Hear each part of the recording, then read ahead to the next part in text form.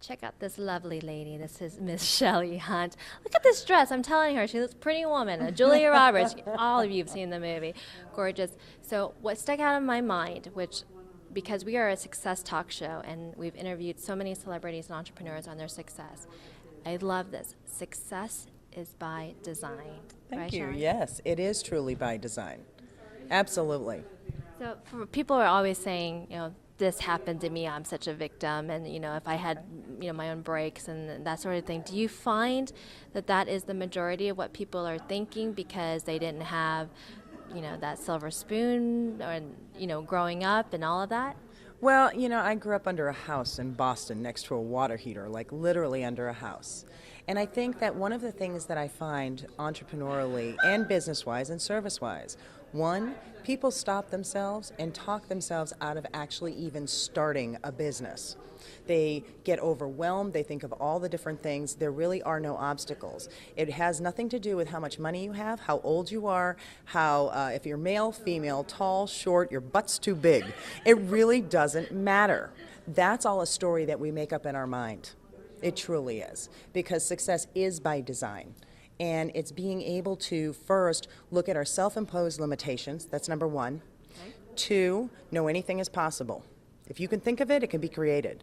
And three, right now is like the ultimate time, especially here in the United States, even though I work internationally, really right now in the United States, to partner.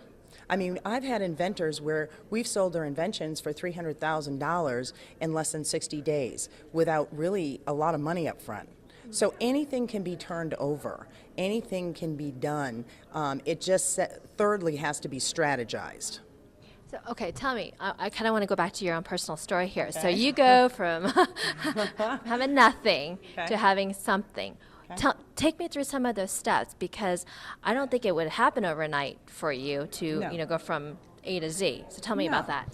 I met a man and he changed my life. His name was Bob Proctor. And it was also Alan Dorman. And I really started to understand legacy, purpose, humanity, and being of service. Because when we're of service and we understand that, the rest will follow. Now, I'm not talking woo-woo etheric service.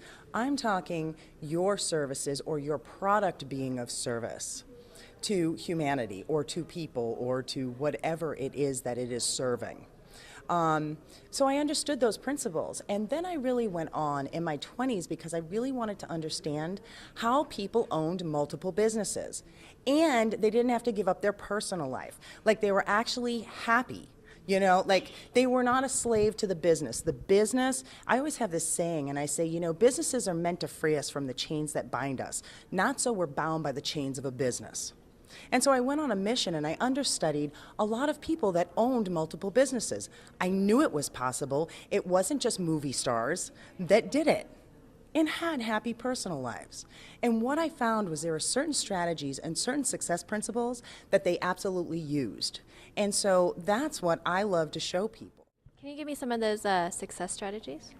Absolutely. One is we get on this treadmill of life, and it's almost like this little squirrel wheel where life starts to run us. We don't run life. You know what I'm talking about?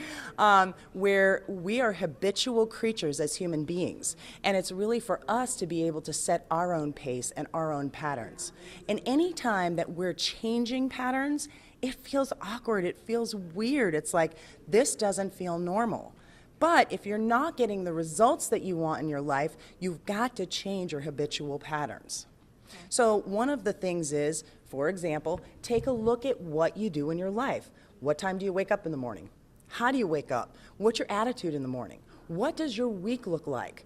How is your health? Do you want to, it's one of those things where you go, I'm going to work out more, and then you never get to the gym, or you never get that personal trainer.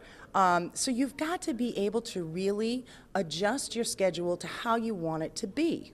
For example, take out your calendar. Really set the days. You know what? Monday, Wednesday, Friday, I'm going to work out. And it's going to be from 4 to 5 p.m. or whatever it is. Okay, you know what? I'm going to work on my business ideas on Tuesday and Thursday, or I'm going to work on that new book, or I'm going to work on the new idea for that invention. And really being able to schedule in, and it sounds funny because people go, well, that's living in a box.